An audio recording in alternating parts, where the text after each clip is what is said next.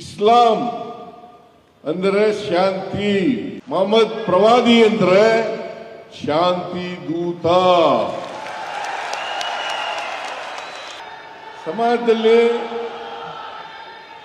ಶಾಂತಿಯನ್ನು ಕಾಪಾಡಲಿಕ್ಕೆ, ಮನುಷ್ಯತ್ವವನ್ನು ಬೆಳೆಸಲಿಕ್ಕೆ, ಈ ಬಾಂಧವ್ಯವನ್ನು ಬೆಳೆಸಲಿಕ್ಕೆ, ಪರಸ್ಪರ ಪ್ರೀತಿ, ವಿಶ್ವಾಸ, ಗೌರವ ಇವುಗಳನ್ನು ನೆಲೆಸಲಿಕ್ಕೆ ಪ್ರಯತ್ನ ಮಾಡಿದಂಥವರು ಮೊಹಮ್ಮದ್ ಪ್ರವಾದಿಯವರು ಅಂತಕ್ಕಂಥದ್ದನ್ನು ಇವತ್ತು ಅರ್ಥ ಮಾಡ್ಕೋಬೇಕಾಗುತ್ತೆ.